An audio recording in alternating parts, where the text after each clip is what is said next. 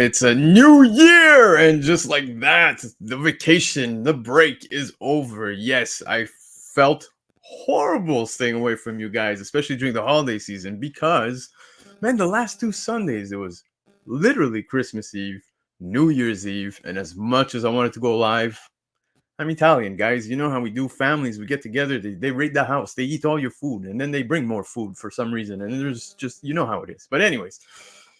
Welcome back. I'm excited to be kicking off 2024 with you guys, and I will talk about tonight's guest in just a minute. But before I do, a few things I want to say, guys.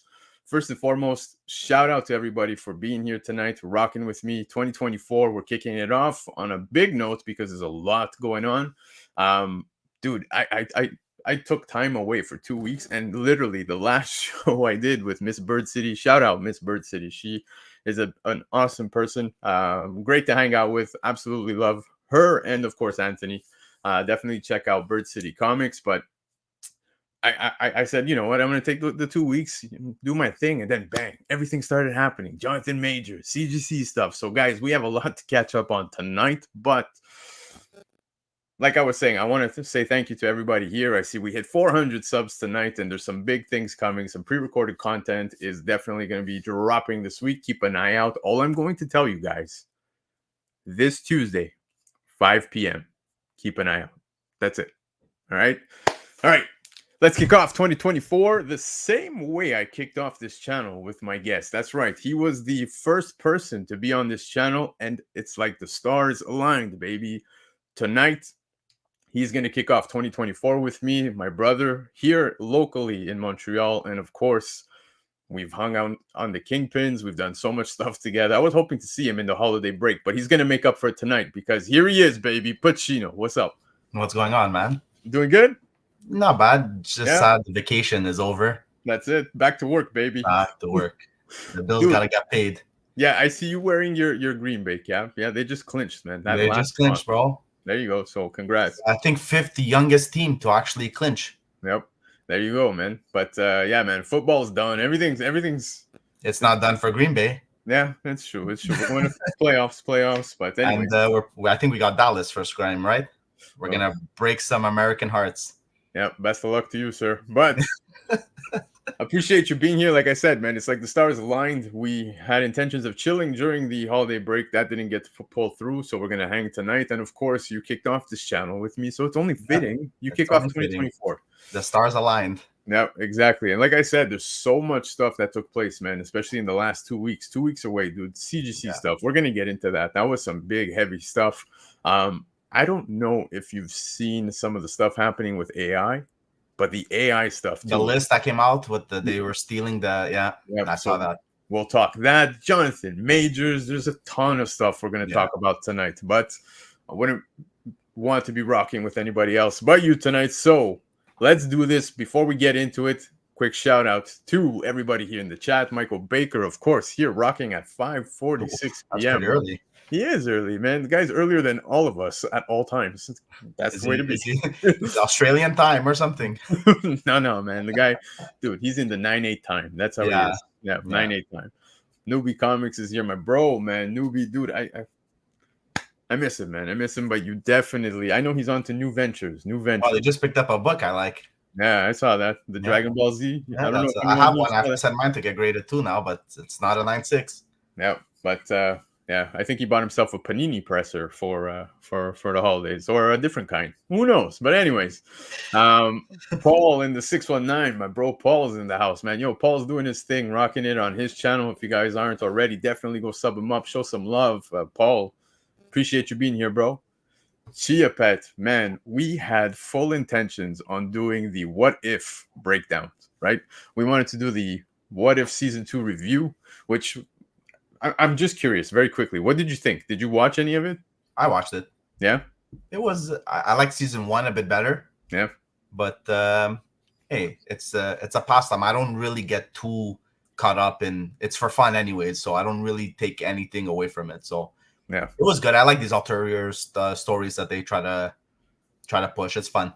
Yeah, no, for sure, man. The multiverse stuff is awesome. I love the introduction of Kahori. Yeah. The captain, Britain thing. It's been overplayed now, I feel, but Yeah. it's Well, gonna bring out more stories. yeah, we'll see how the Peggy Carter stuff rolls out. But Yeah. Chia Pets, we didn't get to do it for that, but we will definitely be doing it for Echo. 5 episodes, guys. 5 episodes are dropping That all looks in solid. one shot. Yo, looks That so looks good. solid. Promising, but I'm gonna keep Promising. my reserve. I'll rephrase that. It looks promising. Yeah, man. Who we got here? Poogs. Yo. What's up? Yo, appreciate you being here. Dude, means a lot. Happy New Year to you, your family. Hope you had a great holiday season.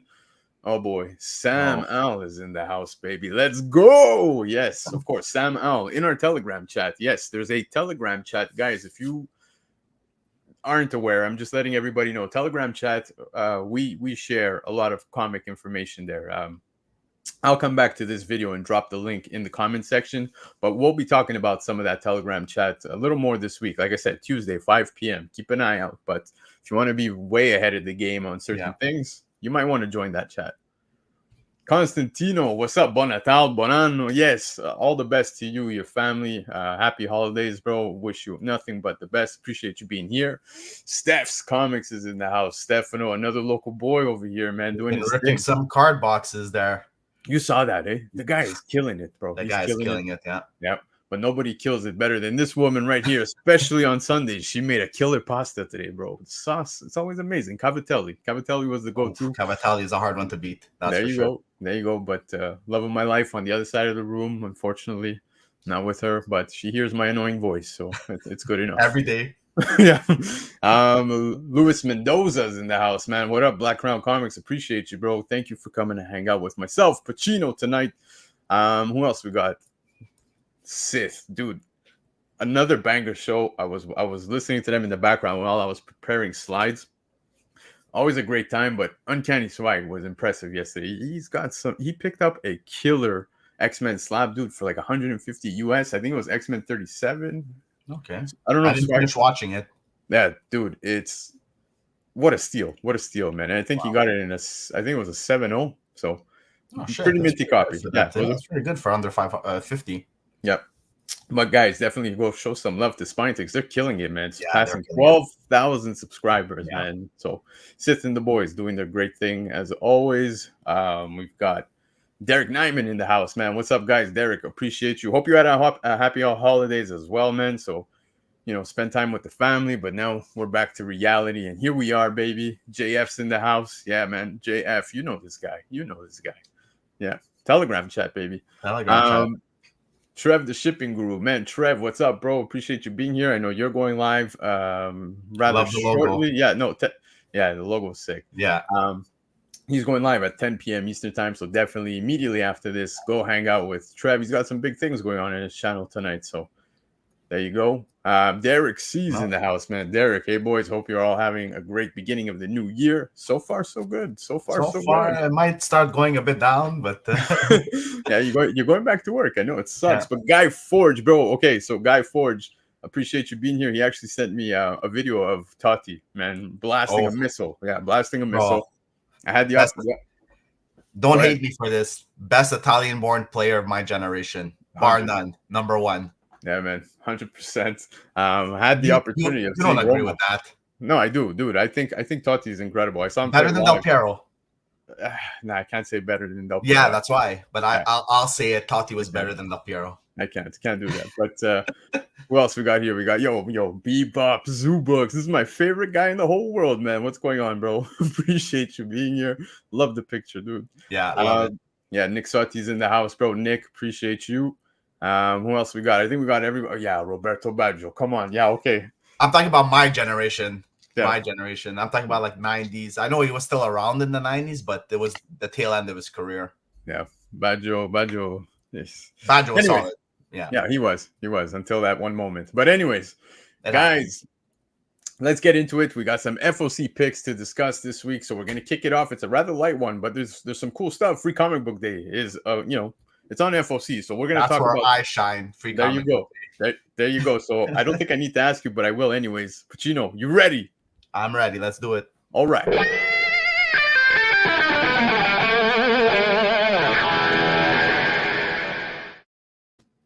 2024, the year of jewels. Jewels. Yes, I appreciate that, bro.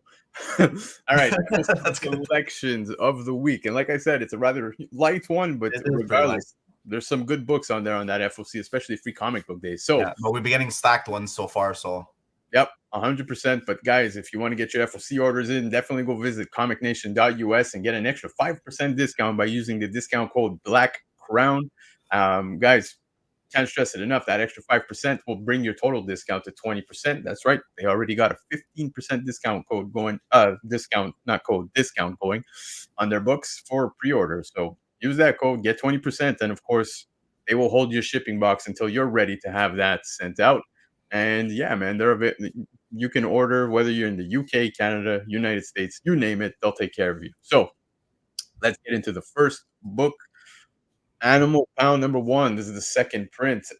So the first issue of a mini series about animals taking control of an animal pound. Dude, I actually had the opportunity to read this. I thought it was pretty good. Surprisingly, over the weekend, I know a lot of people were going a little bit wild over the ash can. And I yeah. found at an LCS right next to my house, there was still ash cans in the bin. So I was surprised to see that. But regardless of the fact, Animal Pound #1 second print is available on FOC. I don't know. Are you picking this one up? I'm not picking this one up, but if you can get those ash cans, I would. I always like picking up ash cans, so yeah, always solid. No, These usually when they start getting to second, you never know if there's a third or fourth, so it's a bit hard to gauge it. But the story was well written for the first issue, so agreed. But all right, moving on from this one. Batman 142. This is the cover F now. I think this is a neat cover. You got a foil variant cover depiction of the Joker by Giuseppe Camuncoli, and the story is by Chip Zdarsky. I don't think I need to say much more. Batman run has been taking off, man. It's actually one of my current favorite things to read. Top 3 easily. Okay. I'm not reading Batman, but I know I really like Chip's style of writing. I was reading it back when he was doing it with Failsafe and stuff. Yep. This cover is just gorgeous. Definitely a top 3 cover of the week. Easy. Yep. Agreed, man. But there's still some cooler things, and I can't wait to get to them. So let's get through it. We've got, this is weird. Batman 428, Robin Lives, second print cover B. Now listen to this. There's a second printing of a reprint that features, you heard that, right? Yeah. Second printing of a reprint that features an alternate ending in which Jason Todd survives. Yes, so this did come out not too long ago. The first print, it was pretty interesting. Now we have the second print here. So, look, I don't think I'm picking this one up. I did like it. I picked up the first print. I ain't going for the second one. But I love Jason Todd. Jason Todd, exactly. So, but still, it's just very weird of a second print of a reprint. It's like, it's very, very weird. Alternate story. That's right. That's right. But I don't think I'm picking this up. I might give it a read. I probably will give it a read, but I don't think I'll be picking it up. Yeah. All right. Well, let's get to the next one. Free Comic Book Day, baby. That's right. We got first appearances. So, Star Wars, Plants vs. Zombies. I didn't think I'd see that taking place, but first appearance. It has a pretty good following, Plants vs. Zombies, for some reason. Yeah, I know. I never understood why, but. Yep. But first appearance, end cover of Nubs and likely other younglings. Now, dude, one thing I do want to say is that my kids absolutely love watching Young Jedi Adventures whenever it pops up on Disney Junior. So yeah, man, hey, I'm definitely picking these up for the kids, and I'm gonna save myself a few copies. I definitely would agree with you there. This is definitely, like, I think one of the top 5 new Free Comic Book Day books that you should be grabbing for sure. Yep, 100%, man. But there's more, and we'll get to them. So, there's a lot more.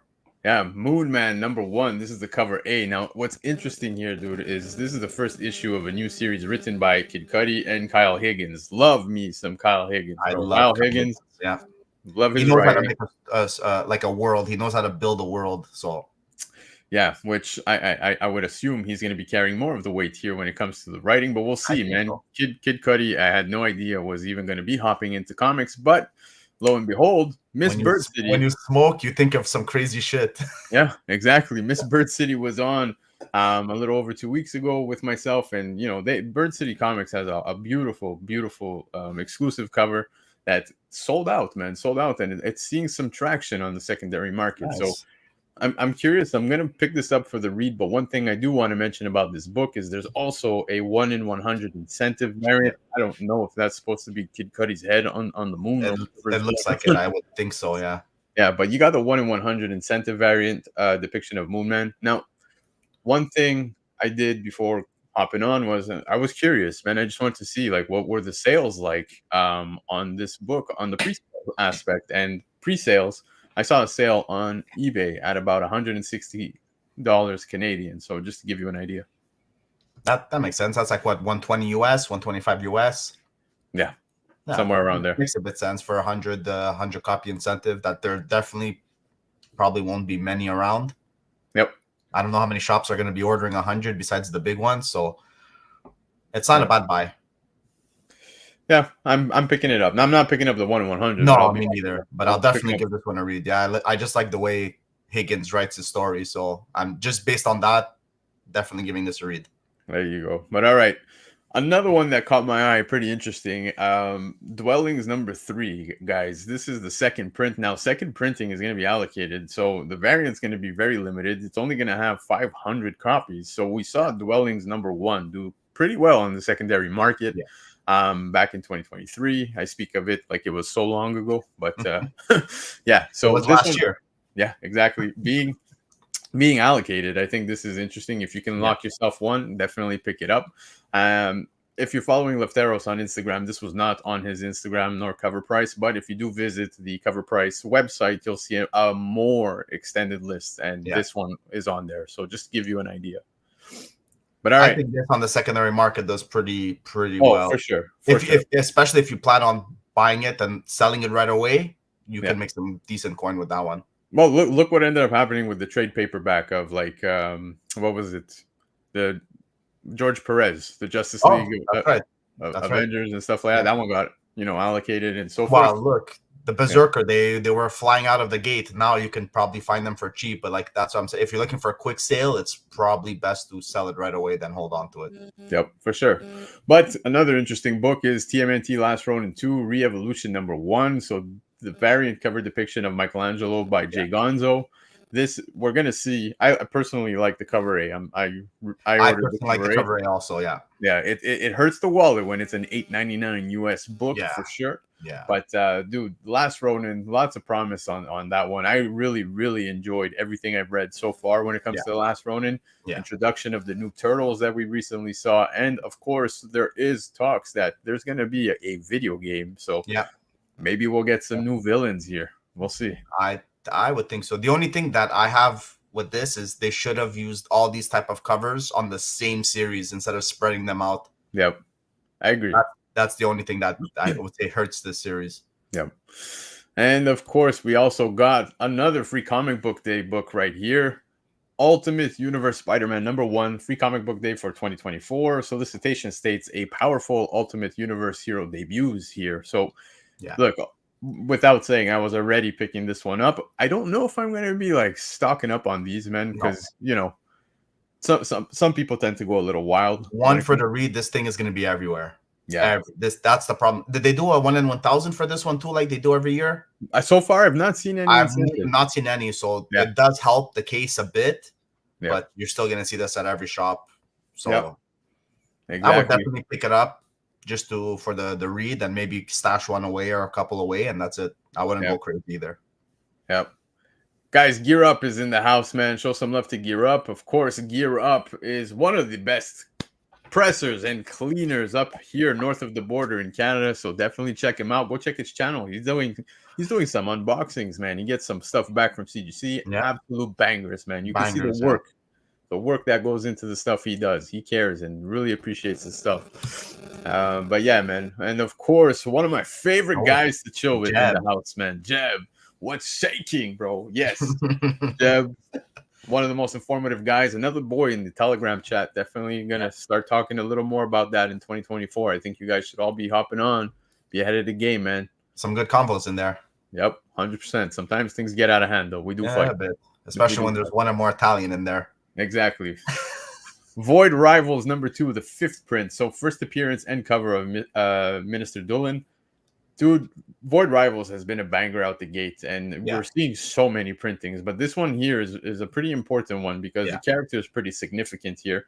And yes. this being his first appearance and cover combination, I think this is a good book to be picking up. I know a lot of people tend to look away from the second, third, fourth, The one, fifth print. This right here, I highly recommend it. I'm not yeah, saying this is going to be a Venom 3 null type thing, no. but who knows? Who knows? But first cover on his first appearance Yeah. usually is a pretty good recipe for at least going over cover price. 100%. I think this definitely in time, people are going to come back to seek this one. So if you guys Especially are if not Void reading, Rivals. Yeah, if Void Rivals ever gets picked up for like a TV series or anything of that sort, yeah, this one definitely will be one of the top books to look out for. for sure, man. I'm not saying, look, if you're reading it, then I think you know what I'm talking about. If you're not reading it, just try to secure This is yourself. actually one I'm not reading a lot, but this is Yeah. one I'm reading. It's pretty well done. There you go. Uncanny Swag. I was just talking about you, my bro. Appreciate you being here, man. Killer show, of course, with the spine takes last night. And he should, like I said, you got a banger deal on that book, dude. And he told me he's got another one cooking, man. He's got another one cooking. Oh, So shit. yeah, looking forward to seeing what that's going to be. But guys, those were the FOC picks of the week. You can support Lefteros by following Comic Nation US. Go check out the website, comicnation.us, and use BlackRound for an additional 5% discount, bringing your total to 20%. And like I told you guys, Lefteros does an even more extended list over on Cover Price. So definitely go check out Cover Price's website, the best comic book price guide around. PACINO. Not so bad. Not too bad. We did it. Yeah. Well, we got some massive FOCs the last two before this one. So shook off some rust, 2 weeks away. Jesus. 2 weeks, dude. It felt like forever. I'm not gonna lie. Too much eating and sleeping and passing out on the couch. I'll trying be to read honest, a comic and then passing out. I'll be honest. I did pretty good. I did pretty good food wise. Drinking. I would agree with you there. There you go. But I've been trying to catch up on some series, and it's man. Oh, dude, I had the kids home for a week. It was something. That's all I'm gonna say. But kids home every day. Yeah. But we've got some market report to discuss. Yeah. It's been 2 weeks now. The end of the year for 2023. We saw some pretty interesting moves. Christmas money. Yeah, Christmas money. That's exactly it. I wanted to see what did everybody spend their Christmas money on, and unfortunately, some things just don't make sense. Change. They didn't change, but there's some new ones, and we will definitely highlight them. But before we do, sei pronto? Sì. Let's go.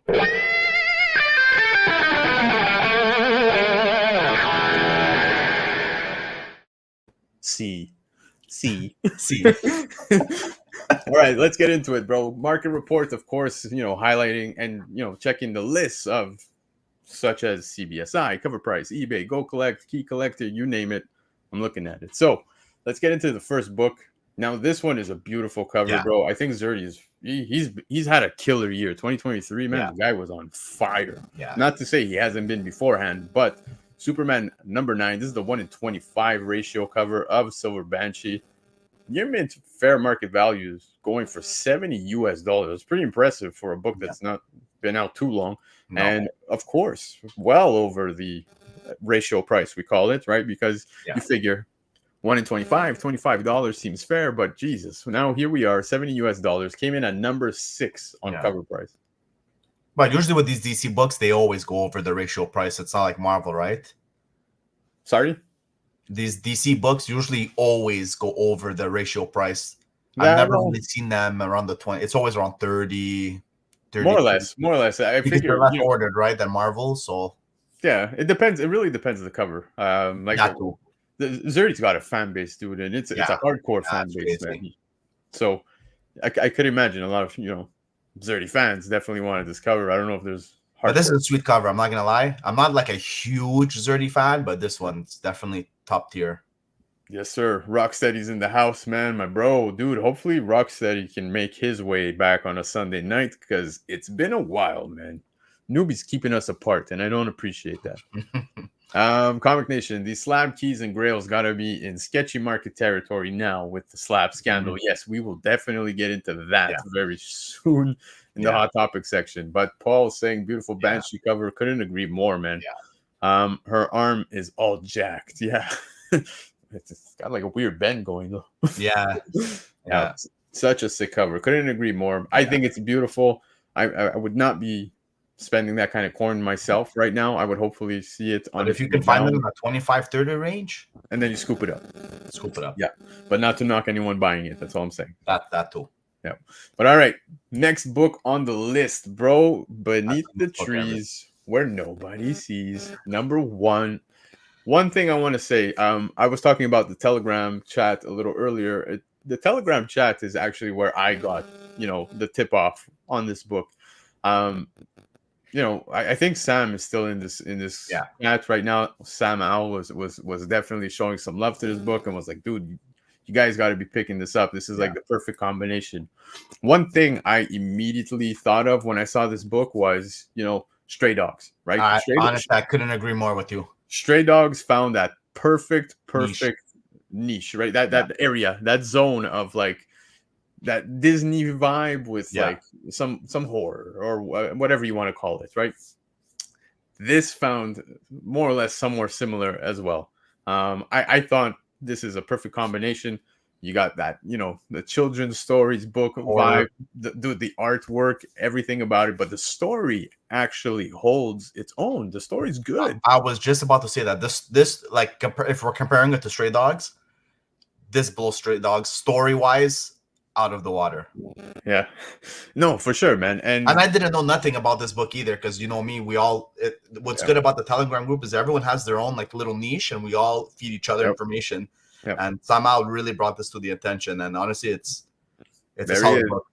There he is, bro. Nothing but love to Sam Al. But if we're gonna give love, we definitely got to give love to Katie in the house, man. Katie, hope you had a happy New Year, man. I know the chat is always popping off and so forth. I'm not so active because I don't even get notifications, dude. Instagram sucks.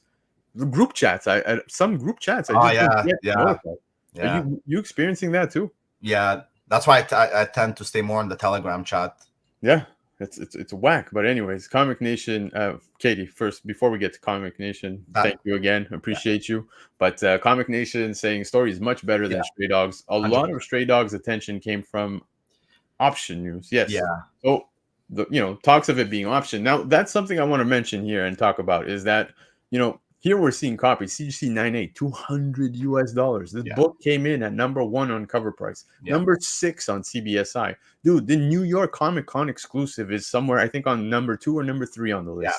You've got the second printing making its way to the list. Lots of love. There is absolutely no confirmation on this might be picked up or whatnot. This is just fans loving what they're seeing and a lot of people picking it up. Now, is it a FOMO book? Will it tank like Stray Dogs did? That's another question, right? We shall see. But I think this has some good potential. I think it has definitely better legs to hold on to than Stray Dogs did. That's for sure. Yeah, dude. I'm loving the story. That's all I'm gonna say. So far, so good. It was slept on. A lot of people passed on it, and that's what created that whole perfect storm for demand and price, right? So and these modern books, like I said, they're not worth anything unless they're 9/8, right? So this man shows up after we give him all the love in the FOC portion of the show. There you go. But Lefteros is in the house, man. There you go. And I couldn't agree more with Sam's comment right there. It's good to see. Yeah. Gotta love it when a book gains traction simply because it's a great story. Yeah, exactly. Dude. And I've seen, it has happened a few times, right? Like we're looking at the cover price top 10 lists, CBSI lists, like some books trended because simply of, stories and piecing together pieces comic related. So I always enjoy seeing that part. But this year, whether it be that people see it as a possibility of being picked up, optioned and so forth, we shall see. Shouldn't even matter. But regardless, I think it's a great book to own. I think I only have 2 copies. And I'm happy. I'm not saying I'm not happy. But I wish I pulled a Sam Alexander, and I think the guy owns almost 3/4 of everything that was in distribution, bro. He went straight to IDW. Yeah, he was like, "Yo, print it now in my hand." But there you go, man. All right, let's hold on. What do you say? He probably has a secret ash cannon somewhere in his house. Yeah, there you go. Ozzy's in the house, bro. Happy New Year to you, bro. Guys, Terrificon. That's all I'm going to say. I'm going to keep talking about Terrificon throughout this year because the goal is to hopefully hang with everybody there. Let's make a huge meetup at Terrificon, man. Ozzy, let me know if you're going this year. There you go, Samuel. He's dying. He's dying. All right. Let's move on from this one. Transformers #1. We were talking the Energon universe, right? Now, this is the premiere issue under Image. Yeah. Lots of love for this entire series. Everything going on with the Energon universe, whether it be Void Rivals, Transformers. Now Duke has dropped. We got Cobra Commander coming. We have so much stuff happening. CGC 98 sold for $79 US. Look, it's not a ton of cash, but it's still good coin for such a book. And I think it's a gorgeous cover. Yeah, I love the cover. 100%. Get a picture like this every issue. It's gonna sell like crazy for sure. Yes, sir. We're going on holidays. Terrificon 2024. Let's go. It's going to get dangerous. Oish. But yeah, man. So Transformers 1 coming in at number 19 on cover price. Pretty interesting. I thought it would be a bit more than that, though. Yeah. Considering a number 1. Yeah, well, look, it's Transformers, right? You would expect that, but I feel like, it's still a good price. $79 is a very good price if you want to pick it up. I don't think anything of it, I don't foresee this ever exploding in time. Well, that's why about 100 Canadian. Yeah, you're looking at about the 100 Canadian range. Okay. So that it's still good. Yeah, it's still good money. And dude, if you're picking these up at FOC or at your LCS on the day of release off of the rack, you're already in the money at $100 Canadian. So like for us, that 20% at Comic Nation. Yeah, there you go. Look at you with the cheap plugs. I like it. I like it. Michael Baker saying, if you love this cover, have you seen the dude? Of course. Yeah. John Boy. You guys already know I love John Boy's work 100%. Like I don't even think I've ever seen him put out a shit cover. So, but all right. Moving on from Transformers 1, we've got Kid Venom Origins #1. This was the surprise one per store that just recently came out, man. I saw a lot of people going bananas for this one. Yeah. So Raws started to hit 40 to 60 Canadian, came in at #1 on CBSI. I think a lot of people were expecting that Wolverine Capullo effect, right? That surprise variant. Remember when that one dropped? Except this one, I feel like this is purely price versus demand, right? No one knew about it. It wasn't orderable.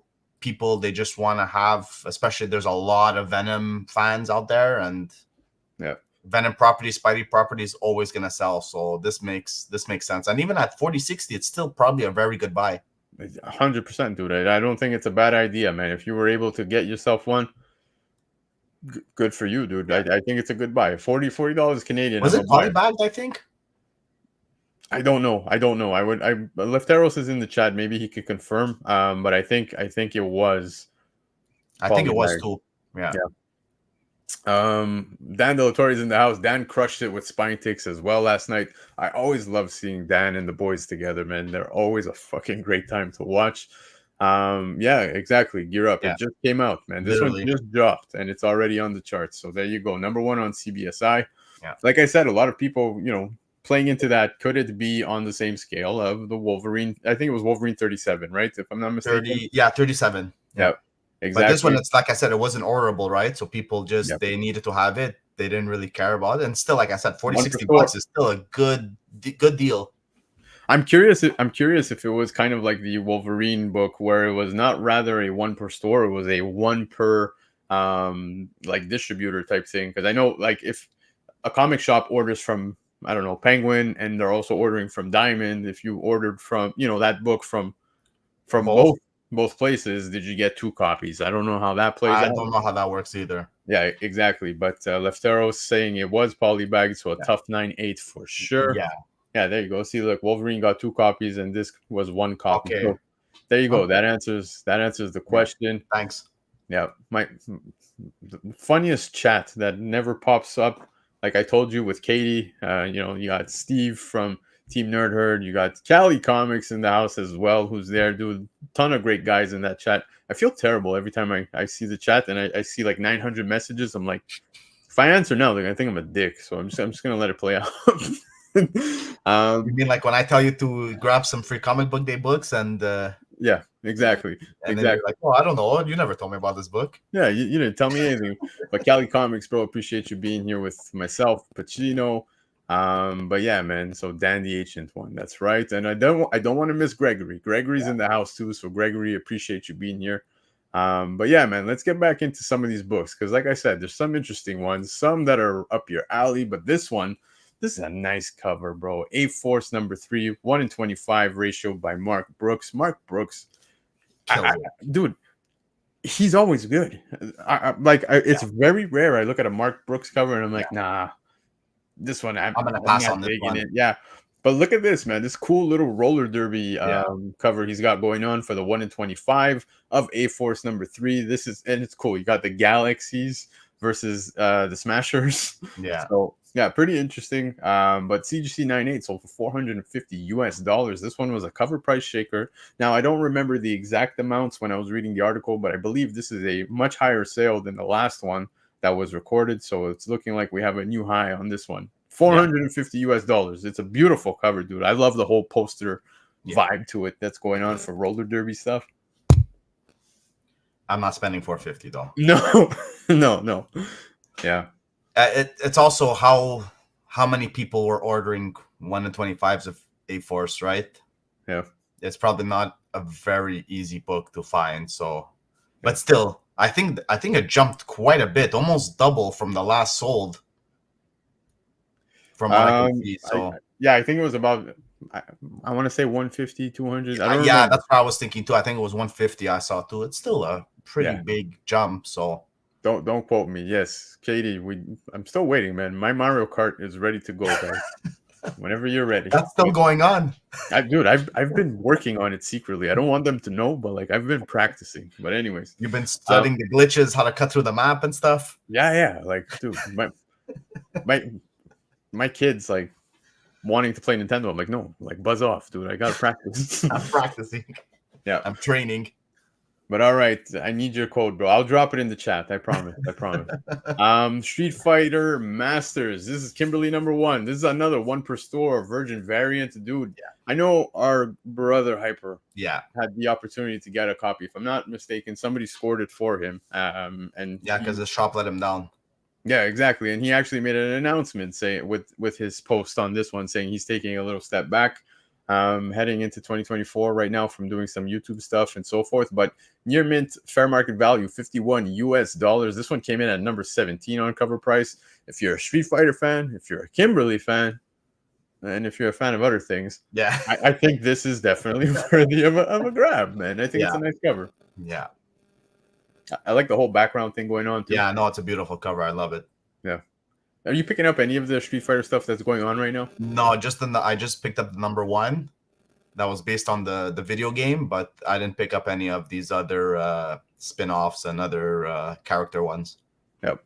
Guys, yes, this is actually Hyper's book. I told him, take a picture, send it to me, please, because I can't find a good copy online.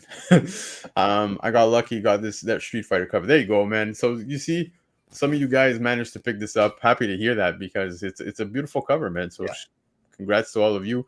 I will shoot it to you when I play. Make sure you unlock collection level 3 ASAP. Yeah, man. I think I get it because I'm part of the I pay for online type thing. If I'm not mistaken, don't shoot me. Yeah, I think we do have it.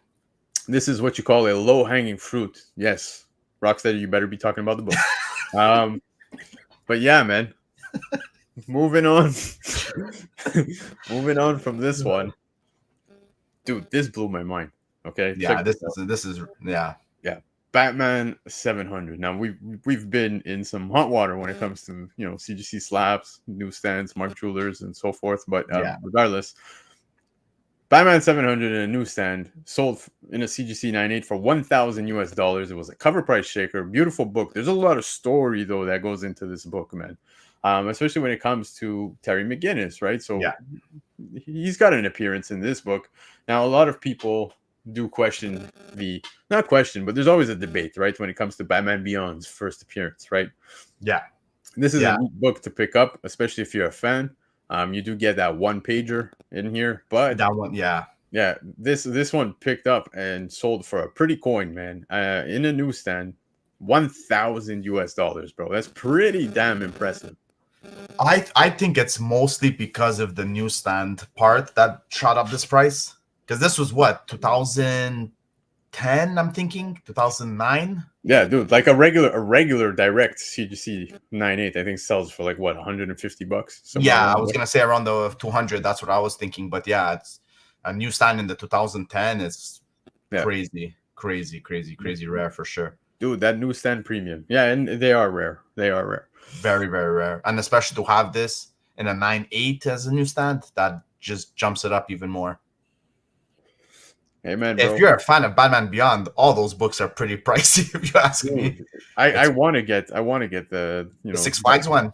I got Batman Beyond #2, but Okay. Batman Beyond, and I still think Batman Beyond #2 is considered his first, right? But Oh, yeah, exactly. yeah. But in Batman Beyond #1, that's another story. It's the Yeah, better that's cover. another story. Yeah, It's the especially better that Six cover. Flags one. Who the hell has that in a 9.8? Yeah, exactly. But anyways, moving on.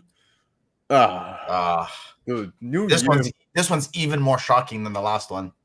New Year, same nonsense. Hey, look, if you're a Swiftie, because yes, I've come to learn in 2023 that that's a word and a term. But yeah, we've got a female force, Taylor Swift, #1, the Dazzler, #1 homage. This one here is limited to 100, and raw high sold for $225. Cover price shaker. Now, dude, there's multiple copies of this available, right? There's different variants, not multiple Yeah, that's copies. right. Let Yeah, me correct myself, because this one's limited to 100, but there are so many different yeah. covers of this book. And yeah, man, this one seeing a raw high sale of $225, the That's Taylor Swift fans are definitely throwing their wallets on the table here. Yep. Interesting, dude. Interesting. I would never pay that. I could tell you that much. No way. No way. I think even if you move the decimal to 22.5, I still don't buy it. Yeah. Really, eh? Not even. Not No. even. Is But that Travis Kelce, your boy from your fantasy, that let you down? yeah. Yep. Pretty much. Pretty much. But anyways, regardless, yeah, Kelsey absolutely let me down. I know. Regardless of the fact, though, Taylor Swift, like I was saying just before, in 2023, we saw a lot of Taylor Swift love when it comes to Deadpool 3. Dazzler started to pick up so many books, but now even this particular book. It is what it is. I mean, to each their own. I am definitely not a fan. I could tell that PACINO is definitely not a fan as well. Not of But, this. like Not I of said, her, but just of not of this. yeah, there are so many other covers, and I think Yeah. some are still available at Yeah. the price that they were going for on the website. Yeah. I don't remember which website, but anyways, $225, and the TK's in the house, baby. Who would buy this? Yeah, exactly. I think tomorrow he's gonna be in my ear, like, dude, what the fuck? I had an answer. Yeah, exactly.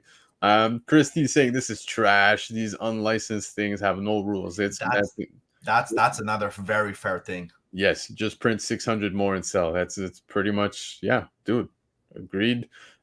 Derek C saying Kelsey has a box full in his basement. He probably bought this. He's the one who paid that. It's only 100, so he can't fill a full box. Exactly. She signs it though. Woof, yeah, man, for sure. Yeah. If you're gonna pay another 250 USD to get it signed, but would you be able to get it CGC verified? That's yeah. And one last thing, Swifty Nation gonna come down hard on DC. I don't care. I really don't. I love I love music. I literally just bought a electric drum set behind me. But by no means. No, we're not dissing her music and herself. It's just it's just itself.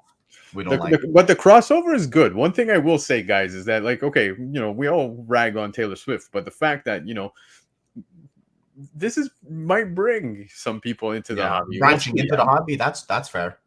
I'm not saying by any means that now Taylor Swift fans are all going to become comic fans. No, I mean maybe a handful. We'll see. I don't know, but Taylor Swift books are getting some love. All right, enough Taylor Swift. Let's talk Robert Downey Jr. Yeah, Iron Man 10, dude. The 1:25 ratio. This is the movie one, right? The movie variant. The movie one, yeah.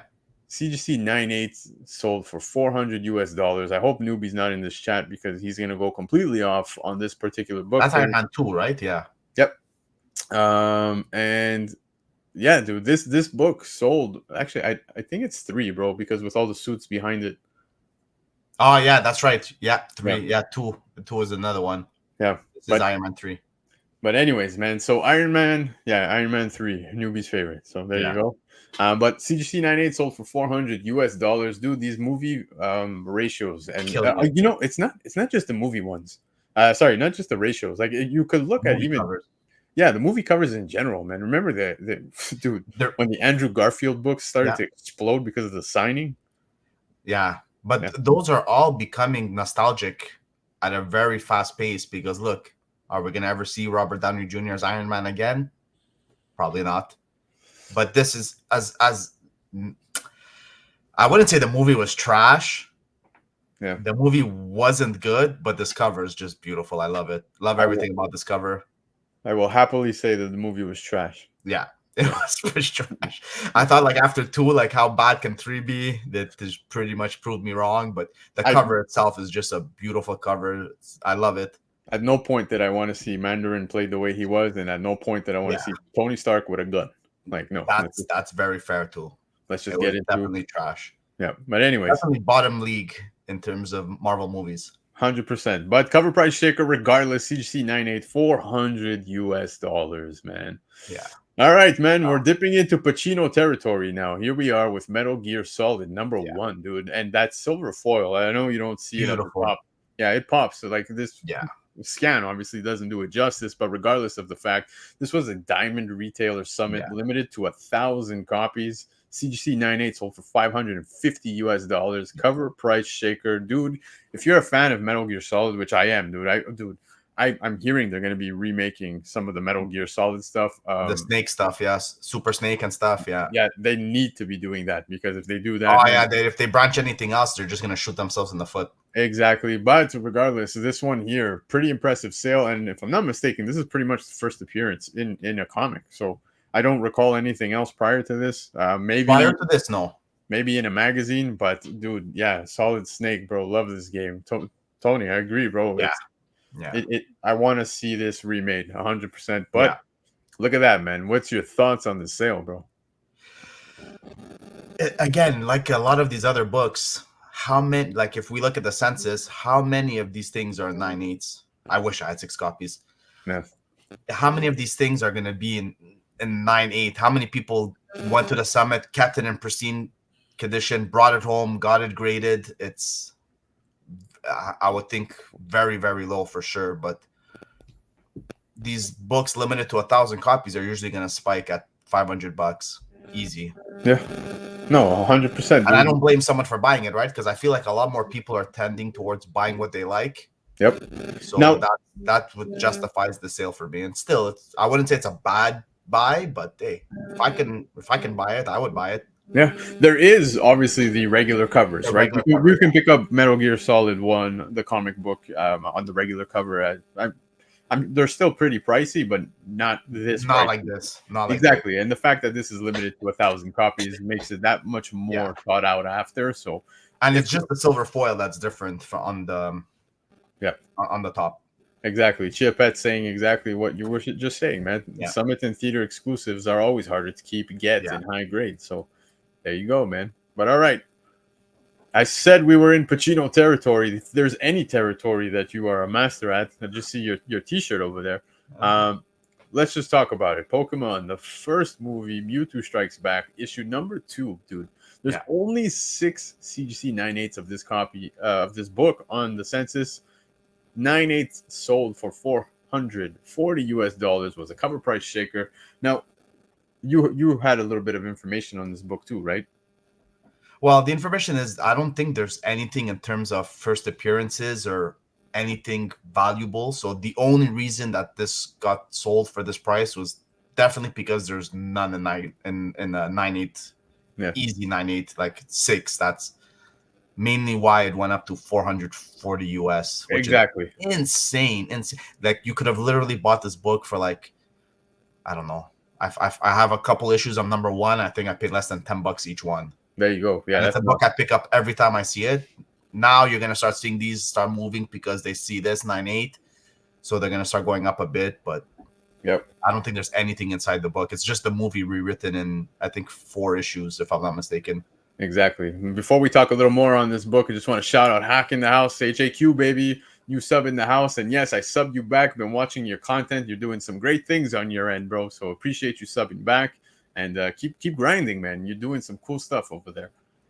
Comic Nation saying, and even Spawn video game tournament competitions. Yeah, that was nonsense. So I'm surprised, out of 2023. I think that one was a big talk out of 2023. That was huge.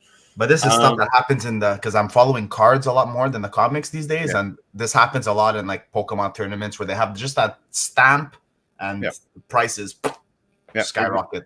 Exactly. K-pop saying the movie card is where it's at. Yeah, that's exactly. She knows, baby. She knows. But Hack, it's a pleasure, man. Keep doing it, man. You're on fire. But I wonder if CGC dings you with a green label if the card's not there. Good question. I would assume so. Yeah, if the card's not there, so, but I'd rather take the card out. Really? Yeah. You would? Damn. Yeah. I'm more of a card collector now, so I would just definitely put that in my binder and stuff. That's fair. There's nothing in this issue that like. I know you would send the actual card to PSA or something. That's right. Exactly. Yep.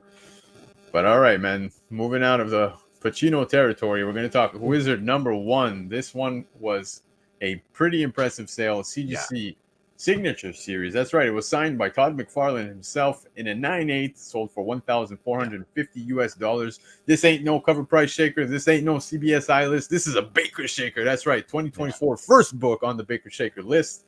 Wizard number 1, man. Pretty impressive sale, dude. Signed by Todd McFarlane. You can't go wrong, man. This was always $1,000 book, I think, if in the 9/8, even without the signature. So definitely justified to get it signed by Todd. It'll increase in price like that for sure. Oh, dude, 1,000%, man. I think this is a good a good buy. I don't foresee this ever dipping below where it just recently. Wizard, Nintendo Power number 1. These are books that are always going to be sought after, always, and especially you equal it with a Todd McFarlane Spidey. Yep, it's a no-brainer. Now, guys, that was the list. But one thing I do want to mention is that Michael Baker told me, he hit me up in the DMs, and I tried sharing the screen, but unfortunately, it's not working for some reason. But regardless of the fact, he sent me a sale that ended 10 minutes before I went live. So unfortunately, I didn't have time to put the slide together. But do you remember the TMNT, The Last Ronin, this cover right here? Oh, shit. Yeah, so dude, a CGC 9/8 just recently sold 10 minutes before I went live. And that sale, that transaction, the final sale was $695 US. Pretty impressive. Oh, shit. Pretty impressive. It's still holding. You remember when that dropped? It was hitting almost $1,000. Almost $1,000. Yeah. Yeah, so interesting. Hyper was happy. Yep, 100%. But guys, everybody in the chat, 34 of you rocking, sticking around with us. I greatly appreciate that. Hit the like button if you're a new subscriber. Appreciate you being here. Like I said, guys, also sub him back. Definitely go check out his stuff. He's doing some cool things on his end. But yeah, man. I don't even think I hit the like button yet. Do you ever, PACINO? I'm gonna have to start questioning you, sir. But we've got one last thing to do before we wrap up the show, and that's talk about some of the hot topics. And like I said, it's been 2 weeks I've been away, so I'm looking forward to talking about some of the hot stuff that took place in the last 2 weeks. So that being said, PACINO, for the last time tonight, are you ready? Yes, let's do it. Vamos.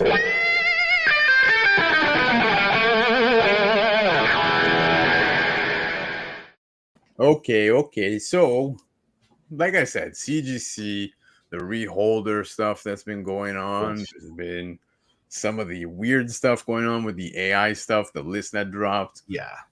Jonathan Majors got dropped. And dude, that was huge. Now we were talking a little bit before starting the show that, tomorrow he's going to be coming and do his first interview, right? Where on NBC, if I'm not mistaken, or something I saw. Yeah. Exactly. So I'm curious and looking forward to seeing, what exactly he's going to have to say and get off his chest with everything that's going on. But regardless of the fact, now, I know I'm not even getting to the slides. I'm anxious to talk about some of the fun stuff that took place and unfortunately not so fun stuff. But, Jonathan Majors got dropped immediately by Disney. I would say maybe 4 minutes after the announcement that he was found guilty. It was like, bang, done. So a lot of people speculating what could take place next, what's going to happen. Are they going to recast Kang? Are they going to just go Doctor Doom? There's been so much talk in the Yeah. last 2 weeks. Yeah. But the most recent one is that Coleman Domingo is apparently, a favorite to replace Kang. Jonathan Majors and take on the role as Kang. Yeah, exactly. I thought that was pretty interesting. It was kind of like, I don't want to say left field, but a lot of people were adamant about it to the point where he literally addressed the rumors about replacing Jonathan Majors, saying that, he doesn't know anything about that, but he would love to do such a thing. Like, he'd be open to it. So yeah, I thought that was pretty interesting. I won't go too heavily into the Kang stuff because we can talk an entire easy hour about that. All you have to know is when Marvel approaches you, there's almost no way you're saying no, right? Exactly. Michael Baker, this is something that I brought up as well not too long ago, but we'll see, man. There was some messed up stuff that went on, and yes, I agree with Chiapet saying Fear the Walking Dead and Euphoria. Actor Domingo is a recast frontrunner, but I read that the Kang recast will not be announced for a while. So that makes sense. Dude, I don't think they need to right now. I don't think they need to either. With the way Loki season 2 ended, they can pretty much in the air. Yeah, they could keep this on the back burner for a little bit, especially the fact that Marvel's got no MCU projects dropping. Sorry, they have one. It's Deadpool 3 that's dropping in 2024. And that has nothing to do with anything, so. Exactly. But like I said, tons more to talk about, so let's get into it. What If season 2 dropped, and I thought it was good, man. I really enjoyed it. Like I said at the beginning of the show, I enjoyed seeing the new character, Kahori, drop. And what was pretty interesting is, I was on Brian McClay's show. That was actually the last thing I did before taking time off, and we were talking about this character, and it was our buddy Marvell who told us that you could have seen this character even prior to the show, and it was on what's that Marvel fight game? Future Fight. There you go. So she apparently made her way into that game. Yeah, maybe 2 weeks before the show even dropped. So you got a glimpse of exactly who this character was, what her powers were. Yeah, I thought that her episode was very well done. I really appreciate it, especially if you didn't know about her prior. Yeah, for sure. But the episode was well done. I like the fact that the whole subtitle thing, staying true to who she is and her roots and all that stuff was very well done, executed. But that team up in the finale, I don't want to spoil the finale in case anybody didn't get to see it, but very promising character, man. I know that some people feel a certain way when it comes to, it's another female lead character or whatnot. Fuck all that shit. Honestly, it's a fun show. It's based on what if scenarios, right? It's all alternate universe stuff, so you can literally go any direction they please, and honestly, it's all in good fun. So I'm actually excited to see how this goes. Yeah, no, for sure, man. And what I'm looking forward to seeing is now, I've said it before, we've seen characters transcend, like they'll go from the MCU into comic books. We saw it with Kat Dennings' character that she plays in Thor movies. We saw Harley Keener, and that didn't really pan out so well when it came to comics. But I really think anybody, when it comes to Kahori, if you do see this character making her way into comics, you might want to keep an eye out for that. I would definitely be picking up a few copies because pretty promising characters. Oh, they did it with the Moon Knight also, right? Yeah, exactly. Kamikaze saying, I've been enjoying What If so far. Same, dude. I thought season 1 was great. Season 2, dude, I soaked it up for what it was. It was just a what if, man. Yeah, it's not canon, nothing, so it's fun. That's why it's supposed to be that way. But that ending shows. Yeah, that ending, we can get it to canon levels now. So we could. Technically, we could, Yeah, so if you guys are wondering what I'm talking about, I highly recommend you go watch that final episode because what they teased in that final second has me pumped to see what's going to take place in season 3. Now, this teaser that dropped, whatever, man. It was just a minor teaser, dude. You got, Winter Soldier and you got Red Guardian over here. Pretty cool. Not much takes place. I mean, it was just it's a teaser. Not much at all. It's almost like they gave you nothing here. It was just to tell you, hey, season 3's on its way. So I just feel like they're just going to keep dropping these every so often just to keep the interest level still high. Yes, Derek with a great point here, saying Harley Quinn was on TV first. That's true. Exactly. That's very true. Chia Pet saying also Marvel Zombies will have Scarlet Witch from zombie. the movie, the Scarlet Witch from the movie. Yeah, main villain. I did see some leaks. Well, that's leaks. gonna be cool. I like that. See, I like more that horror, that dark. That's gonna be cool. Yeah, like I was saying, for season 3, I did see some leaks, if you want to call it leaks, regarding certain episodes that might take place. Like, what if Thanos snapped the other half of the Avengers? That's right. And I think that's a very cool concept. That's very cool. Yeah. I don't know if that's wishful thinking, but I think that's awesome. There was another what if Silver Surfer attacked Earth type thing. So yeah, if we get to see Silver Surfer, I would love some more Silver Surfer also in animated form, especially, dude.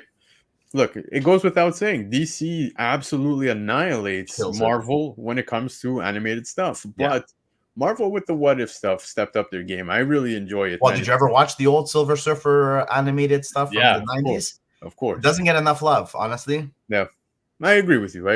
It doesn't. But all that to say, we got a teaser. Yeah, D+ Silver Surfer OG series. Go, go, go, go. Yeah, exactly, man. But man, so confirmation right here that we are going to be getting a season 3 very shortly.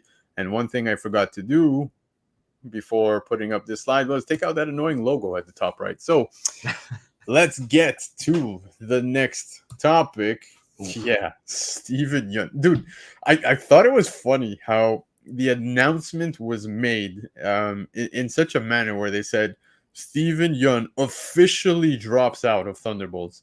In my head, immediate thing was, when the fuck did he ever confirm he never confirmed it in Thunderbolts? No, in fact, all we got was this. My good friend Steven Yeun is playing the Sentry in a movie. There you go. So that was the only confirmation we ever got. But look, a lot of people feeling a certain way. I could say that the division was totally there on social media. I was seeing a lot of people saying, oh yeah, this is a great casting, but a heavier amount of people saying, nah, they don't want to see Steven Yeun as, Sentry. And I mean, look, I'll be honest with you. I saw, check this, okay? I saw a fan made design that was basically Steven Yeun in a Sentry costume, and dude. I'm going to say it the second you see it. You ready? I'm going to count it down for you because I know you're going to break yourself. 1, 2, 3. It's Shang Tsung, bro. It's Shang Tsung from Mortal Kombat. It's 100% Shang Tsung from Mortal Kombat. I don't care what anybody says. No. So, again, not that I care, dude. Like, no.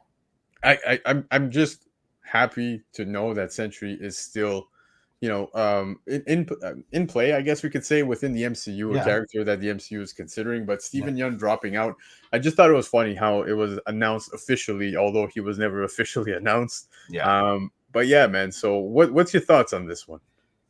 I didn't like him as a casting for Sentry. I like him as an actor, but not for this role. Yeah, not for this. This I expect some. Everyone keeps saying he's invincible. That's why, baby. Yep. That's fair also. Yeah, we'll talk a little more about it. But first, I want to give Ferdy a big shout out, man. Bird's in the house, guys. Definitely sub up Bird, man. Doing some great things on his channel, too. Hopefully going to have him on in the month of February. We're working up something. So hopefully soon.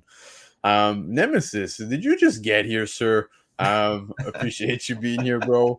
Comic-Con podcast, new logo, new design, new year, and they're dropping new banger episodes. The first episode of 2024 dropped on Friday. If you guys missed it, go catch the replay on your drive into work tomorrow.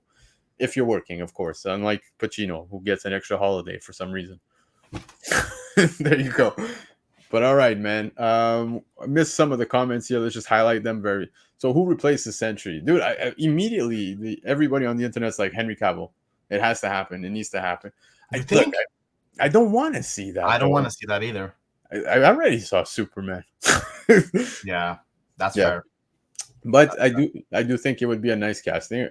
I know there's a lot of talk about what's his name there that played Ken in the Barbie. Ryan Gosling? Yeah, there was talks about him as well.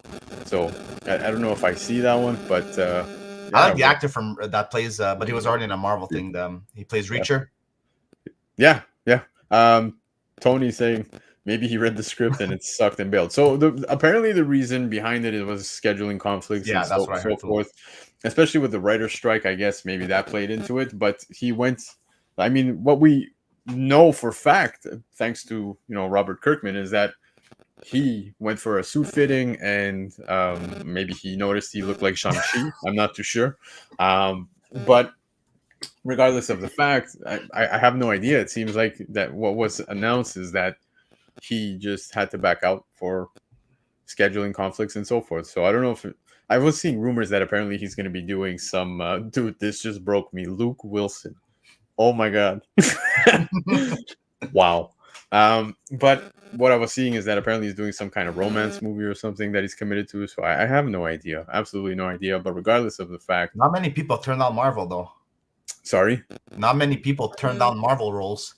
No, but he did come out saying that he would happily and hopefully be able to come and be part of a Marvel movie. So, yeah, he has left the door open. Exactly. There you go. Chiapet just said it as well. He wants to play other Marvel characters. He also very close to the directors and writers of movies, so not sure he thought it sucked. Exactly.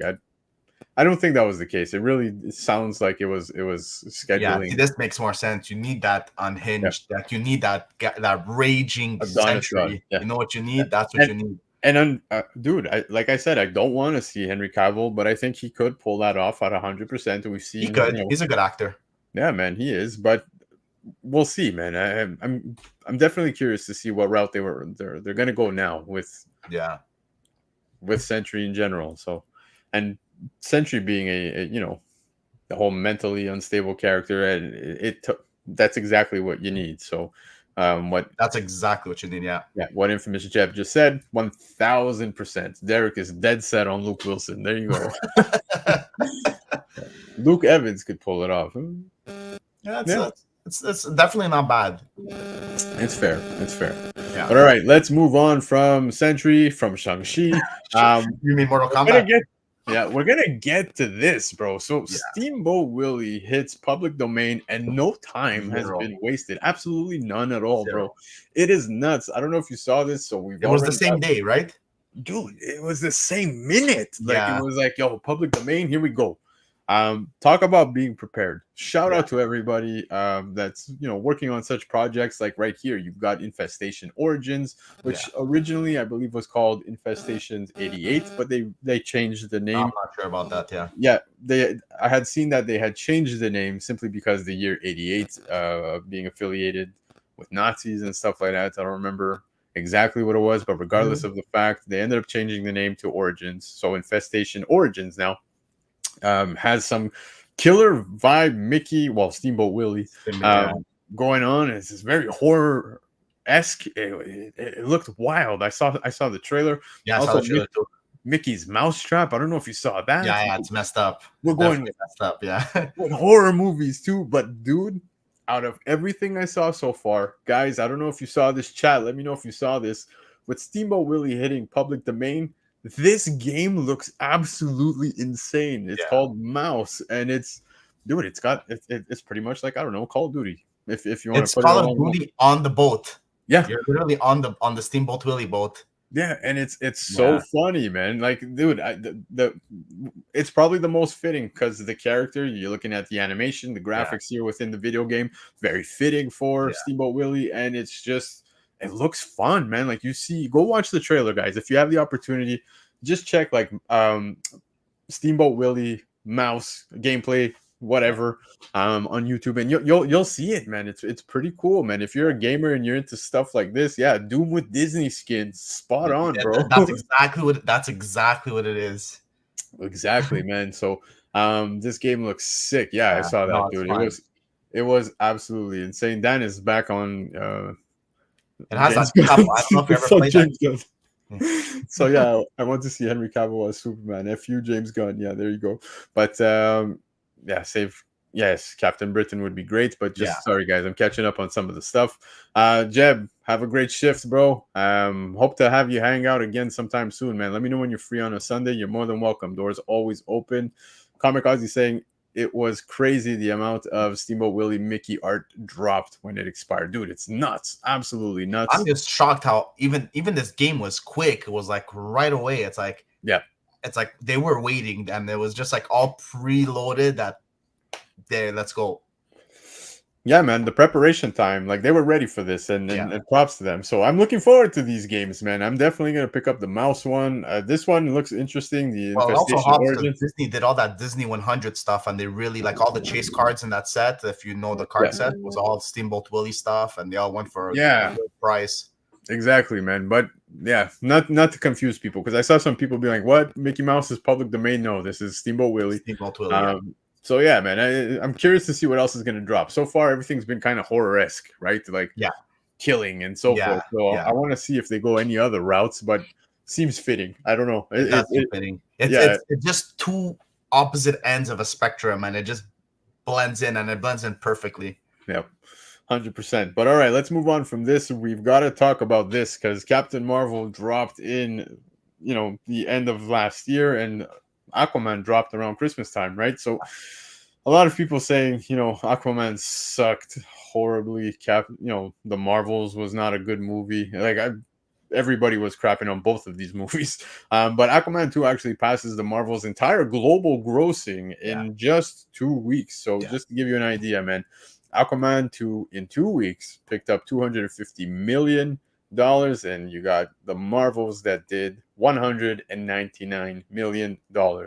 Sad news for the MCU on this end, but it is what it is. Not that I care. I just wanted to share the news with you guys. I just hope it's a wake-up call for Marvel. Look, I'm going to be honest with you. This is going to be a big year now because Marvel's going to have absolutely nothing except one movie dropping within theaters this year. Sorry, not next year. So Deadpool 3 should bring home. It should definitely be both these movies. I would think even maybe combined. Oh no, dude! I'm expecting Deadpool 3 to surpass 500 million easy. Yeah, that's what I'm saying. Like this is what 450. I'm definitely easy hitting over 500. I would think. Yeah, and something. One thing I want to say is that Aquaman 2 saw very minimal advertising. Like I didn't see a lot of promo going on for Aquaman 2. I did see it as it led up within the last 2 weeks, I guess, before the movie dropped. I would see maybe even a bit less. Yeah, some commercials here and there, but exactly, Chiapette. This is a massive success for them because. Yeah, even the actors themselves, man, when they were talking about the movie, it almost felt like it was a dud, right? Like they didn't seem so pumped when it came to the movie. So it was interesting. One movie that I didn't get to see during the holiday season, and I'm hoping maybe this Tuesday, because it's Cheapo Tuesday and I'm a cheap bastard. I will happily go watch the Iron Claw. I definitely want to go watch that, man. That looks amazing. I don't know if you saw that. It's basically the story of the Von Erichs, man, from wrestling. And apparently Zac Efron, everything about it is just it's a very solid movie. So might go watch that one. I don't know if anyone in the chat had the opportunity to watch that, but if you did, let me know what you thought about it. All right. Let's move on from you're coming with me on Tuesday. Too bad. I haven't even seen Aquaman yet, and I really like Black Manta as a character, and I like the actor that plays him too. So there you go. Iron Claw is fantastic. Iron Claw reviews great. This guy's still thinking about fucking Luke. Jesus, I love it, Derek. Don't ever change, bro. But all right, BC. I thought you would say Wonka. No, I don't care for Wonka, bro. But all right, let's move on. The big one. The big one. Yes, CGC REHOLDER tampering update. So this updates, like I said, the second I said I'm taking 2 weeks away, this stuff started to unfold. Now I want to give you guys a little bit of an insight because I started talking about this briefly with Miss Bird City, and she was slightly puzzled by what was taking place, right? Because it was the first time she was hearing about it. So if you guys go back to the last episode I did with Miss Bird City, we started shedding some light on it. And prior to going live that night, I was actually talking with the 99 newsstand, and he was telling me some of the stuff that was going on, and I was like, holy shit, because I had seen his post, right? And shout out to the 99 newsstand, shout out to Swagahaws, shout out to Automatic Comics, Thoro, everybody who's put that actually dug in, because me too, I didn't really know until these things were popping up on my feed like crazy. this is why I cannot stress it enough. I know sometimes, guys, we tune into streams and it's like it kind of sounds like a lot of bickering. It sounds like a lot of bitching. It sounds like, yeah, these guys are shedding some negative light. But in some certain circumstances, I think it's very important that especially in such a small community, that we do come together to shed some light on such things. I'll bring up Epic Nation. A lot of people are like, oh, I'm so tired of hearing about him. But in reality, man, what the guy did was completely shitty. And I won't go further into that. I think everybody's aware of what Epic Nation was up to. But besides the point, now we shift gears to CGC. Like this guy that was selling on eBay, that damn right, man, shut him down, because the guy is he's frauding people. He's frauding people. And if I'm not mistaken, in the United States, please correct me if I'm wrong, because I live in Canada, you live in Canada, some of the people here in the chat in Canada. Here we get a slap on the wrist. No. What I'm asking is, in the States, if I'm not mistaken, dude, if you are mailing something that is fraudulent at that point, that's criminal offense. So, I'm happy that people came together for this one. And you guys, oh, there you go. See, Dan Delatorre too, man, shedding some light on this latest CGC scandal could end in a disaster. Yeah, 1,000%. Yeah. Now, one thing I find interesting is that 350 comic books are affected. So I think it's way more than that. Yeah, I'll get into this part, but like I was saying, the 99 newsstand did his thing, and shout out to him. Nothing but love, bro. The guy definitely called it out, put it on notice, started talking about it on multiple channels. I forgot what the Mighty Devenger, if I'm not mistaken. Forgive me, guys. I'm horrible with my own kids' names, so don't take offense to it. But again, great thing here to see people come together to talk about this. Now, CGC, I kind of feel like their response was not delayed. It seemed like it's normal. You're gonna need some time to talk about such a big thing, right? You got to do your homework, cover all bases, see what exactly here is taking place, and they made their announcement. They definitely spoke about it the first time, made it clear that they were aware of what was taking place. Now, one of the updates here was that CGC, which includes I'll just read this very quickly, has released updated information related to the incident involving an individual tampering with CGC Comics Reholders. Based on current information, we believe that approximately 350 comic books are affected. A list of impacted books has now been posted on the CGC website. So you go on the website and you can see the link there at the bottom. 350 books. Ironically, it was pretty funny how it was like a lot of ASM 252, and you saw a lot of. I think 1/3 of that list was ASM 300. Dude, absolutely nuts. And Nemesis. I don't know if he's still in the chat or. Oh, that broke me. When he shared what he shared on Instagram of like Robert Downey Jr. like this, like relieved, saying DC collectors seeing I think it was one book on the list. He broke me. But this is one individual. I could I don't know how many others are out there. I could only imagine, right? Maybe there was more things that have been done, but this guy found a loophole and has been caught, right? So, to my knowledge, no longer selling. I know that when I was on Beyond Wednesday, on Modern Comic Mayhem with Brian McClay and his crew, we were looking into the eBay account. Brian was going live. Searching up his stuff, and his account was completely shut down. So, I hope this guy gets what he deserves. But one thing I just want to continue to shed light on, as I was saying earlier, is that, again, I cannot put enough emphasis on how important it is. Automatic Comics, awesome dude. Swagger Haas, I don't think I need to say it, man. You guys saw him over here on my channel one of the best last year, and he's one of the best. He's one of the go-to guys when it comes to YouTube content. He puts out nothing but great stuff. Thorough as well, man. I love listening to Thorough. Thorough is, never average, always savage, man. And the reason why I say it's important, look, on Instagram, if you guys are using Instagram, here's a platform, Grails, right? Grails. Yeah. They recently put out an announcement as well saying, we've sold some of these books through, their platform, around, right? They get passed around. People buy, exactly. People sell, people trade. Now, this is why I'm saying it's important that we continue to do what we do, guys. Comic community, we think it's a huge thing. It's really not, man. Not at all. And this is what I was saying. to you also backstage is we are watching YouTube. We are on Instagram. There's a lot of collectors that are not doing any of this shit. No. And I want to put some highlights here on Grails because they use their Instagram platform and so forth, other stuff as well to sell books, right? So like, let's say you'll send them a book and be like, okay, guys, here, I want to sell this one off. I need help, and on their platform, they have a wider reach. Yeah. They sold some books, right, that came through this list. Some of the books from this list that were through their store.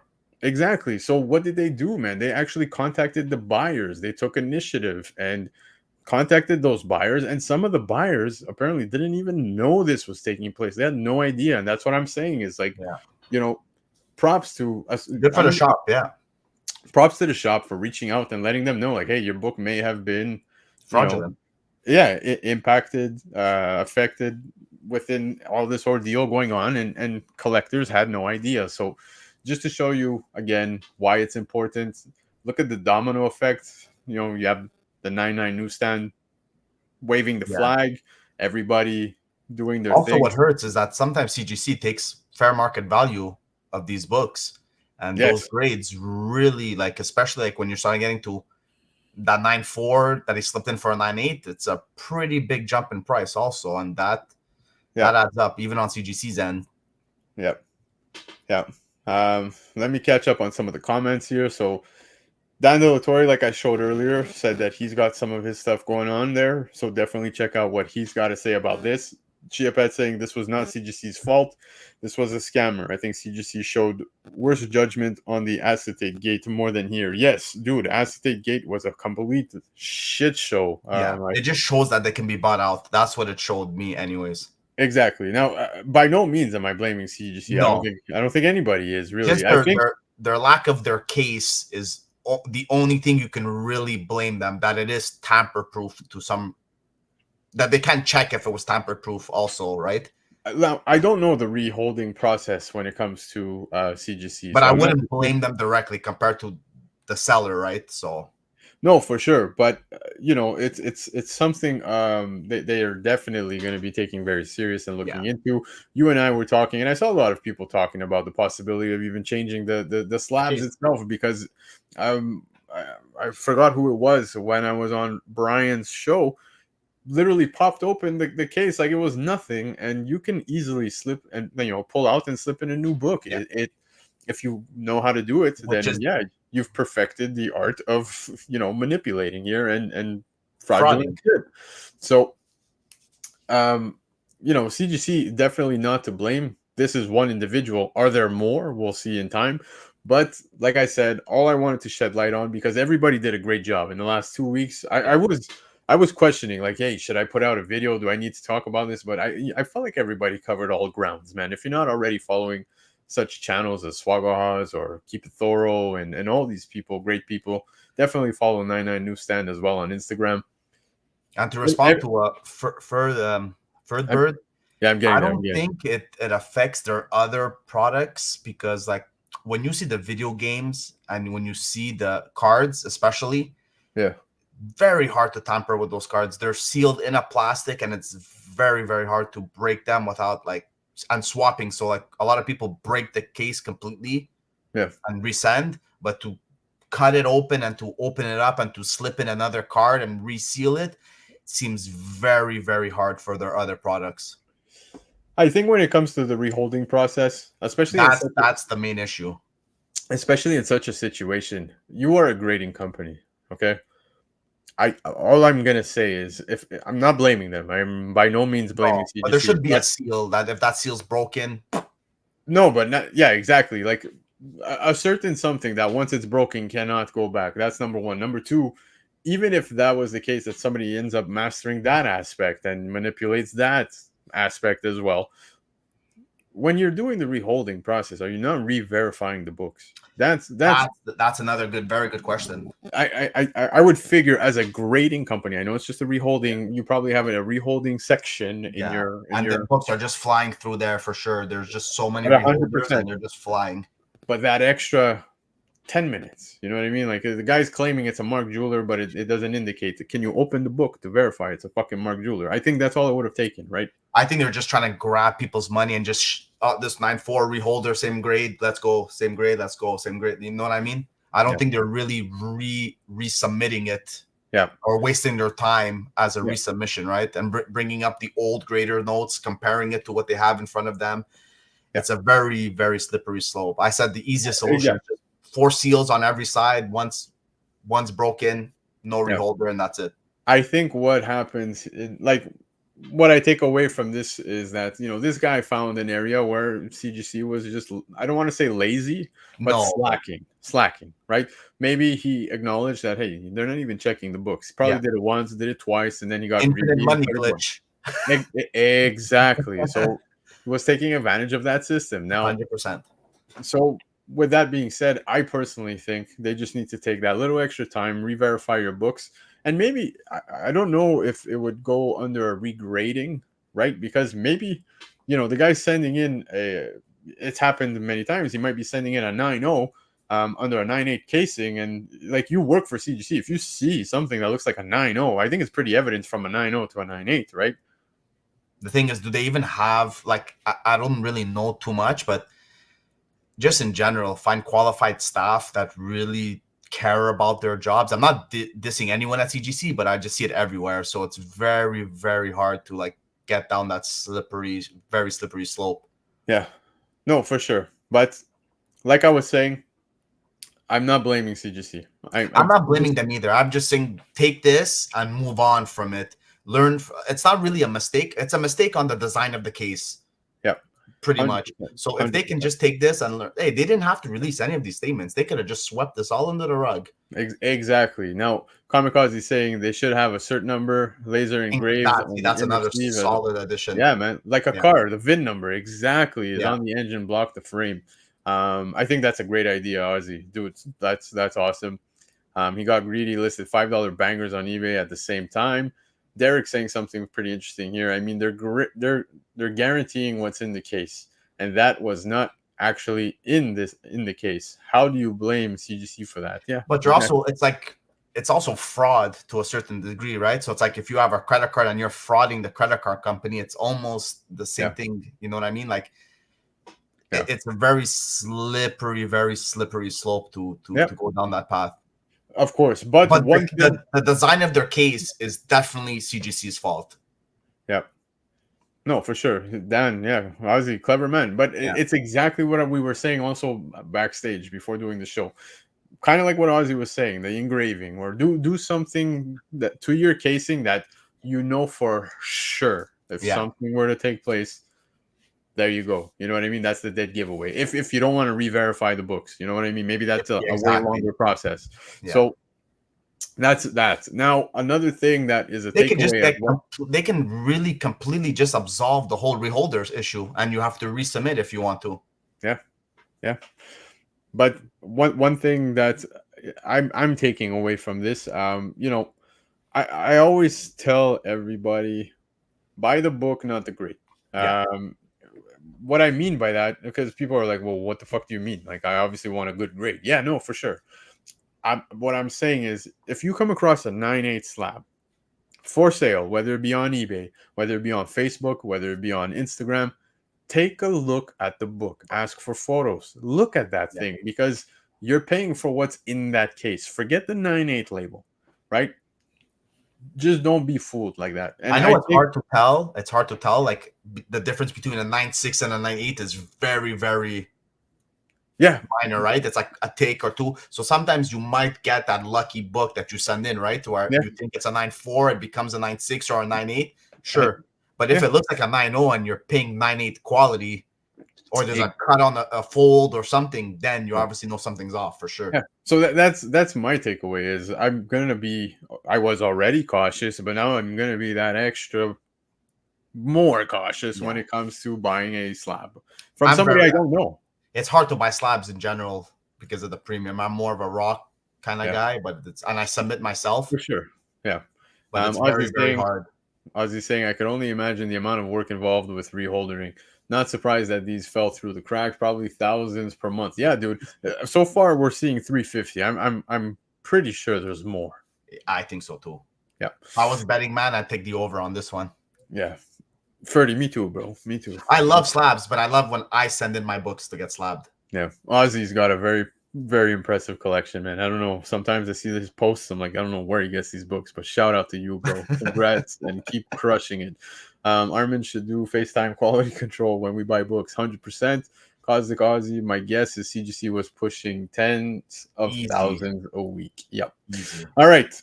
Enough CGC stuff. One last thing I want to talk about that was pretty interesting. I don't know if you guys saw this, but this is another big thing that dropped, man. There was a leak of the names of more than 16,000 non-consenting artists allegedly used to train Midjourney's AI. That's right. You know that AI stuff that everybody's like, no, stay away from AI. Look at this, man. This is a huge list. Now, I'm not pulling up the entire list here. This is only page 2 of 25, just to give you an idea. But we're looking at approximately 16,000 names without consent from artists that Midjourney is using to pretty much train their AI. I know a lot of people that use Midjourney.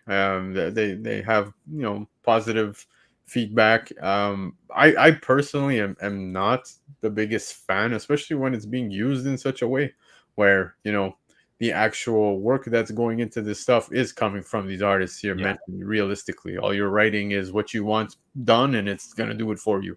But here, look, just looking at the list very quickly, like you can look down the first row. You got Grainoff there, man. You know what I mean? Like, some comic artists here that we love and we support being also these lesser known guys. Like, they're just ripping off like these people. Like, I'm not saying Andy Grainoff like doesn't need the money, but I'm just saying like these guys, like, they work hard at their craft, and some of them are low-key artists that, hey, every dollar counts for them. They're trying to make it, right? And just AI is just pretty much ripping off what they work so hard for and their talent. It's complete madness. Yeah, I agree. Yeah, and dude, if you see the list, it's very extensive. It's a lot of extensive. A lot of people on that one. Big names on that list too. Yeah, dude, it's nuts. And 16,000 non-consenting artists is madness. But before I continue to talk a little bit more about this, I spoke about the man pretty often tonight, and we're going to give him an official shout out because, yes, Brian McClay's in the house. Beyond Wednesdays, baby. What's going on, bro? Guys, if you didn't yet, definitely go catch the replay from yesterday's show, man. Brian was also touching on some of this stuff as well, man. I don't think I need to tell anybody here, but Brian and the crew always putting on banger episodes, so definitely go show some love. And I always look forward to that jam session before the shows, man. And let me tell you, bro, guys always banging some great music going. But yeah, man, Brian, appreciate you, bro. Hopefully I'll be on sometime soon again. But back to this, dude, it's absolutely mind-boggling to see how many artists were on this name. Now I have no idea how this is gonna end. I'm so concerned, man. Well, dude, AI in general, man. Let's talk AI, bro. Like, what's your take on this? Nothing is gonna come out of this. Yeah, I don't think so. It's like that. I hate to bring politics into this. This is like the Epstein list, This is just gonna this is just gonna go away, and people are gonna forget about it. People are having too much fun using Midjourney, doing these mixes and collages and stuff like that. But it just sucks for all these people that put their heart and soul into their craft to be ripped off because someone wants to see this guy's art mixed with that guy's art, or his music mixed with that music. It's just it's sad. But this is what, here I'm pulling up an article very quickly. It says, like, the lists were both partially included in a recent class action lawsuit and accidentally shared via a public Google spreadsheet. So that's how this happened. Class action lawsuit. Like, dude, again, I think it's pretty messed up, man. I think it's beyond messed up. Who you bring to court? The AI? No, obviously the company, bro. Yeah, the company. That's it. Maybe the company is run by an AI. Yeah. Brian, appreciate it. I'll definitely be on, bro. I have a busy this weekend, but hopefully next. But yeah, man, it was pretty interesting to see how extensive. Yeah, no, I didn't expect 16,000. That's insane, though. Absolute madness. But I'm gonna be keeping an eye out on this one, man. I'm curious to see how this one this one plays out. Like I said, I know they know what they deserve. Yeah, dude, I know a lot of people that use Midjourney. They actually really like it. Some YouTubers, man. I've never used it personally. Yeah, dude, neither have I. But I want to see how this one plays out. But anyways, Pacino, we have gone way over the time, baby. An hour and 34 minutes. It doesn't matter. We're having fun. It's 2 weeks, bro. 2 weeks, no show, man. No show. So it felt good to catch up. Yeah, man. Derek was saying McClay's in the house. Damn right he is, bro. Definitely show him some love, guys. Dan Delatorre, does someone need a lawyer? I play one on YouTube. There you go. Baker sent you an interesting auction that ended on eBay. Potential Baker shaker. Oh. I'm working even during the show. So is this a sale that just finished taking place, or it's up and running? Let me see this. Hold up. Oh, it's sold. Not bad, dude. Yeah, this is a pretty interesting sale. $271 US. Catwoman 51 in a CGC 98, the mugshot one. I don't know if you saw this one. Oh, yeah. Another beautiful cover. Pretty interesting. But guys, that was the show for tonight. Appreciate everybody coming to hang out and rock with us for the first episode of 2024. Pacino, like I said, you helped me launch this channel. You were part of the first show, man. So appreciate you hanging with me tonight. And of course, guys, keep an eye out. Like I said at the beginning of the show and a few times in the show, keep an eye out. Tuesday at 5 p.m. Eastern time, I'm going to be dropping a video. And I will not say anything further. So keep an eye out. That's all I'm going to tell you guys. All right. It's a combined video. So 2 channels involved here. But I'd just like to add that people should check out this thing over here. What's this? This is ROG is doing a global event to showcase. Oh, yes. Especially for our gamer fans over here. Yeah. Definitely check out the ROG global YouTube site and bookmark tomorrow's event at 6 p.m. Eastern time. They're giving away a ROG Strick every minute during the live stream, approximately every minute. So yeah, guys, I appreciate the kind words, but what Pacino's trying to tell you guys is the ROG handheld, the actual console. Dude, that ain't a cheap one, man. That's like $700 Canadian. Yeah, plus tax. So you had almost a grand. Yeah. Dude, that thing's being given away every minute. So yeah, you said it was where? On the ROG global YouTube channel. Nice. That's cool. So yeah, definitely gonna be checking that out. Pacino, anything up and coming for you? I know you're staying away. You're doing cards now, right? I'm more into the card section. Yeah. There you go. More but still reading and collecting. So I appreciate you guys. Appreciate the chat, especially you. Gear Up. I see you, bro. I have to come visit you. I think I have stuff at your house, and I got books to drop off for you to submit. I have to also. You might see me before next week. That's all I'm going to say. But appreciate you guys. Like I said, keep an eye out. Tuesday, 5 p.m. Eastern time. Video drop is going to be taking place. And, of course, I'll be back next Sunday and be announcing the guest later on this week on my Instagram. So until then, everybody, have yourselves a great week, and I will see you next Sunday. Peace. Peace.